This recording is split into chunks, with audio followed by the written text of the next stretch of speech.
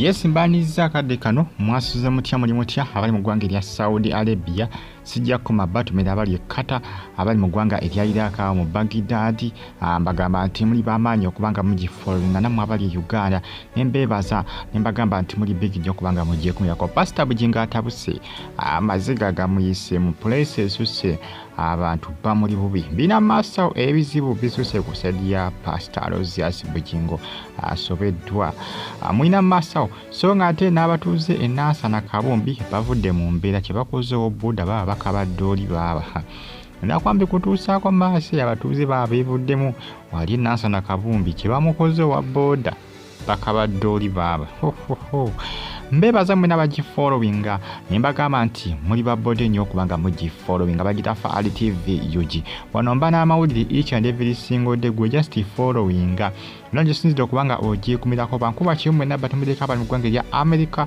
mu Toronto abali Canada mu Toronto abali mu ggwanga erya America mu ssaza lya Kentucky mbeebaza nembagamba nti muli b'amaanyi okubanga muli gifollowinga bagiyita Faali TV negamba nti comment section weeriawo obaka buntira mu comment section wansawo atusigalinga ogifollowinga bagiyita Faali TV UG ennaasa na kabumbi abatuuze b'ennaasa na kabumbi bavudde mu mbeera ne bakuba omuvuzi wa boda ategera ekisenge lya Asani n'addusibwa mu ddwaliro nga biwala ttaka ono bamulanga kutomera abaana babiri abadde bava ku ssomero abatuuze bategeeza nti ono abadde avugisa kimama ababoda oba kiki ababoda ekyamazima bavuga bubi ate mu Uganda simalina kumanya bakwagala obubenje bubeera mu mawanga gonna naye amawanga agasinga agakkiriza boda ewaabwe kati nga mu ggwanga ndowooza oba lya China buboda ne mu ggwanga erya South Korea buboda babuvuga ne babuvuga babwegendereza naye wano tebagoberera mateeka batuka ku bitaala bo bayitawo obuyisi balaga nti amateeka tebalina gagoberera bo baamalayo ebitaala tebalinda kulinda bitaala luusi oba munnange weeyinula ng'ogamba nti ogenda salira ku bitaala wano mu Uganda ng'oyagala salira ku bitaala weegendereze bajja kukukuba ebyuma gwenza okwoza nti bitaala bibakutte ku nsale ababoda bo tebafaayo ku bitaala era ababoda basinga n'okutomera abantu ku bitaala kubanga bo tebalinda bitaala ab'emmotoka baba balinze nga bo si bakola ki abo baagala kuyitawo buyisi kati n'abatuuze kye bamukoze bamukubye olukuba yatomedde abaana jjukira oluusi kawungeezi abaana bava ku ssomero omuntu vuganga weegendereza manya nti abaana bakola ki bali mu kuva ku ssomero biseera bya kusoma sigamba nti luwummula abaana okimanyi budde bwa kawungeezi saa 10 bava ku ssomero ng'ovuga sipiidi kyokka okiraba ekkubo ly'oyitako abaana kwe bali batambulirako bamukubye poliisi yemutaasisa yabagenze okumuggyawo ng'embeera sinonyirozo birengera ebifaananyi ebyabatuuze bamusawudde baaba lwakuba abaana bo bambi embeera sinungi bambi embeera sinungi abatomedde nnyo kama Katonda yampe abaana basobole okubanga munnange batereera naye nga ababoda tebagoberera mateeka naye abatuuze bamukaba bakubye oli muzomulengera ku pikipiki wuuyo bamukubye nga bw'okiwulira bamuyoddereddewo mangu poliisi yegezaako banga ejja negumbulula abantu ne bakola ki nemutaasa abatuuze bagamba nti bakoze kino okumukangavvula abeerenga example eri banne abavugisa ekimama abatayagala goberera amateeka ga ku nguudo abaana obalaba batambula bava ku ssomero ng'osigadde ovuga sipiidi okimanyi abaana ba ssomero osigadde ovuga sipiidi bagambye olwo twagala koleki abeerenga example mungera okubanga mugifollowinga n'okubanga mugyekumirako bagita Faali TV mbeebaza nti mwebale nnyo eyo ng'avudde English studies ne wa Pastor Aloysius Bugingo tebina kubanga bitambula ku side ono munnange ennaku zino enjiri zakola ki zabuulira njiri nkambwe busungu bungi enjiri nkambwe naye nga tajjukiriza enjiri Katonda tazikkiriza musajja wa Katonda oba olina okuba omukakkamu eri abantu naye Pastor Bugingo enjiri zabuulira ennaku zino oba ali stressed omanyi bannange stress omuntu oyinza okusuka naye Pastor Bugingo talikkirira guno omwaka tegumutambulidde bulungi bannaye nabagamba nti ebiseera ebisinga omwaka nga togutandise bulungi saba nnyo Katonda akugondezemu okutambulira ekkiriya naye Pastor Bugingo omwaka yagutandika bubi. Ebiseera ebisinga bw'otandika omwaka obubi teguyinza kutambulira bulungi, lw'osabanga nnyo n'ogutandika bulungi. Atiisiko ogutabuke butabusi mu maaso eyo. Okutandike bulungi kubanga chansi zibaawo nnyingi okutambulira obulungi okusinga ogutandika obubi. Kubanga bw'ogutandika obubi chansi ziba nnyingi ez'okubanga okutambulira bubi. Bw'ogutandika obulungi chansi ziba nnyingi ez'okuba nti n'okutambulira bubi. N'ate bw'ogutandika obulungi chansi ziba nnyingi okutambulira obubi. Pastor Bugingo yagutandika bubi. Kubanga ajjukira Bamukubye amasasi mazima ddala mwezi ogusookera ddala mu mwaka mu January. Bangi abawakanya amasasi ago ndowooza oba oliawo abaali baagala okubanga bamutta baali baagala kumutta mwaka nga gutandika wennyini, bamutte mu mwaka nga gutandika alime guyingira. Oba oliawo n'okubadde bangi bakola ki?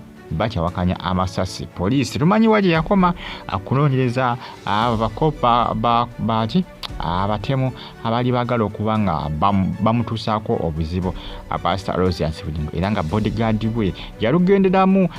Bodyguard wa Pastor Bugingo yali amuvuga era nga ali driver ate nga bodyguard ate nga mukadde ku kkanisa. Yakola ki? Yalufiiramu olutalo Bambi. Kitalo nnyo ekya bodyguard. Pastor Bugingo yasobola okuba nga asimatuka era yawona akaseera kano newankubadde amasasi gaali gamukololako ku mugongo, kubanga ebiwundu yali alina ebiwundu n'ebiwundu byakola ki? Ebiwundu byawona. Pastor Bugingo tebinnaba mutambulira bulungi ebya ddala. Omwaka jjuka nabagamba nga nkola vidiyo ezikwatana ku Pastor Bugingo ng'akubiddwa amasasi mwezi ogwa January. Nabagamba nti Pastor Bugingo omwaka guno tegugenda mutambulira bulungi. Kyamazima n'okubaleka oluusi ebisito bisinga Katonda yabisalawo n'ebisito ebisinga munnaye nga wali oluusi omwaka guyinza okutandika n'ogamba guno omwaka kika ki guno gwempitamu. N'ogamba guno omwaka ki guno gwempitamu, guno omwaka ki guno nakasito nga ogutandise bubi. Mumwegendereze nnyo emyaka gye mutandise obubi mulaba bagiyinza okutambula obulungi. Kizibu. N'onkola oluusi Katonda Bambi yasalawo, mutozi waffe yasalawo ne bannange omwaka bw'ogutandikanga obubi. Saba nnyo Katonda. Saba nnyo Katonda. Pastor Bugingo ennaku zino njiri zaabuulira njiri nkaawu zikawa ziringa kamulali. Byakola byonna tebikkirizibwa mu kitabo kya Katonda. Kulumba abantu, kuvuma abantu, kulangira abantu, kubaagaliza bibi, kubaagaliza abantu kutuusa kutukako obuzibu.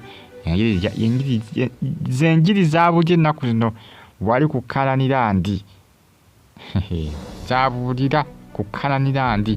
Jjukira ono ali mu nteekateeka yakubanga azimbawo ki main all awo akukya kya Canan okuwonya endiga ze ebisooto. Kubanga zisabala ebisooto. Ali mu nteekateeka ekola ki? Ali mu nteekateeka ebatetenkanyiza. Ndowooza oba oliawo Pentagon ye ekyagaanye. Pastor Bugingo alaga essuubi alina mujeno Museveni nti ajja muyambako kubanga azimba Pentagon. Kati ensimbi zalagawo eza Pentagon abantu ze baasondanga.